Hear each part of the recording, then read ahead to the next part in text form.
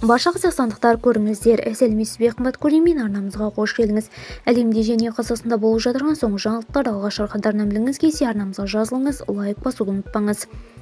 Синоптиктер Қазақстанның 3 қаласында 5 қазанда ауаның ластануының жоғарылауы сынды фактордың орын алатынын ескертеді. Синоптиктердің болжамына сәйкес, Алматы, Астана және Ақтөбе қалаларында қолайсыз метео жағдайлар болады деп күтіледі. Қолайсыз метеорологиялық жағдайлар атмосфераға оның беткі қабатында зиянды заттардың жиналуына ықпал ететін қысқа мерзімді метеорологиялық факторлардың жиынтығы.